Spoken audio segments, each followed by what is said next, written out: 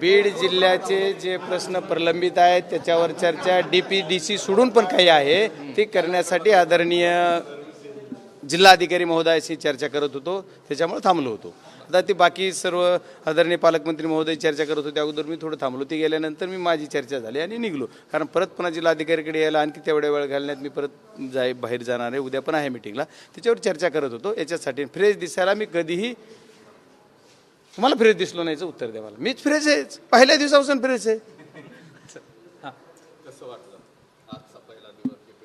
बीड जिल्ह्यातल्या जनतेनं जे मतं दिलेत त्याचा रास्त अभिमान जनतेला वाटावा, याच्यासाठी मी सभागृहामध्ये बसलो आणि त्या जनतेला कसं वाटलं असं विचारलं पाहिजे, मला नाही. नाही आता दिसलं तर काहीच नाही, त्याच्यामुळे तिजोरीवर आणखी तिजोरीला हातच लागला नाही ना. आता तिजोरी कशी वाटली जाणार आहे, कधी भरणार आहे, कधी बजेट, कारण त्यांचं पार्सली बजेट ही मागचं झालेलं आहे. त्याच्यामुळं बजेट ज्यावेळेस पूर्ण शासनाचं होईल त्यावेळेस तिजोरीचा विषय येईल. आता DPDCला जेवढा निधी आराखडा असतो तेवढ्या आराखड्याला मान्यता विषय होता. बाप्पा, थोडा वेळ पूर्वी तुम्ही पेरणी देखील केली आहे, एका शेतकऱ्याची भेट घेऊन त्याची संवाद देखील साधला. काय नेमकं शेतकऱ्यांनी म्हटलं, काय अडचणी त्यांच्या जाणून घेतल्या तुम्ही? नाही, मी ते म्हणले शेतकऱ्यांच्या तिथं गेल्यानंतर ते मला म्हणले तिथं गेलो तुम्ही कसं ओला आहे का वगैरे त्यांना विचारली. त्याच्यानंतर ते म्हणले तुम्हाला पेरता येते का, म्हणलं मी पेरून दाखवतो, म्हणून पेरलं. काही अडचणी सांगितल्या का त्यांनी? नाही, अडचणी बियाण्याच्या बाबतीत सध्या त्यांनी काही मला तसे बोलले नाही, त्याच्यामुळे मी उगीच काहीतरी बोलणं चुकीचं होईल. बाप्पा, समता परिषदेची एक बैठक झाली, त्या बैठकीमध्ये छगन भुजबळ हे पुन्हा उद्धव ठाकरे गटात जावं अशी त्यांच्या समर्थकांची मागणी केलेली आहे. कसं पाहता या सगळ्या गोष्टी? हा त्यांचा वैयक्तिक विषय आहे, त्याच्यावर मला काही बोलायचं नाही. जर येत असतील तर सामावून घ्यायला काय अडचण नाही, मी एवढा मोठा नेता नाही आहे. मी एक बीड जिल्ह्यातला राष्ट्रवादी काँग्रेस शरदचंद्रजी पवार पार्टीचा कार्यकर्ता आहे. नेतृत्वाचा विषय तो माझा नाही.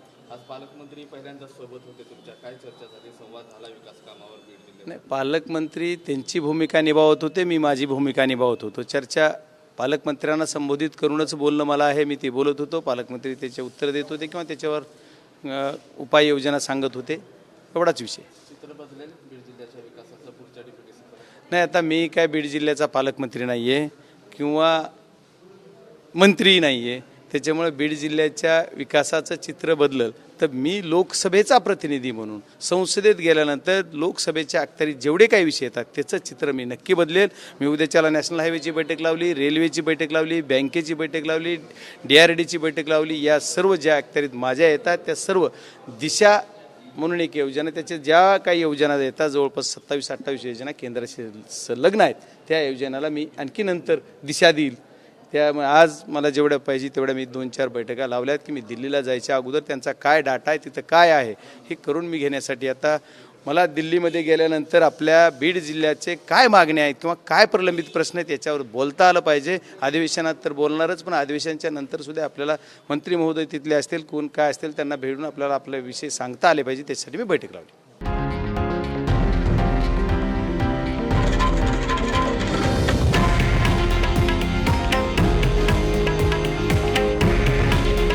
हे आहे देशातील नंबर 1 न्यूज नेटवर्क आणि आपण पाहत आहात TV9 मराठी. काळजी तुमची, हित महाराष्ट्राचं.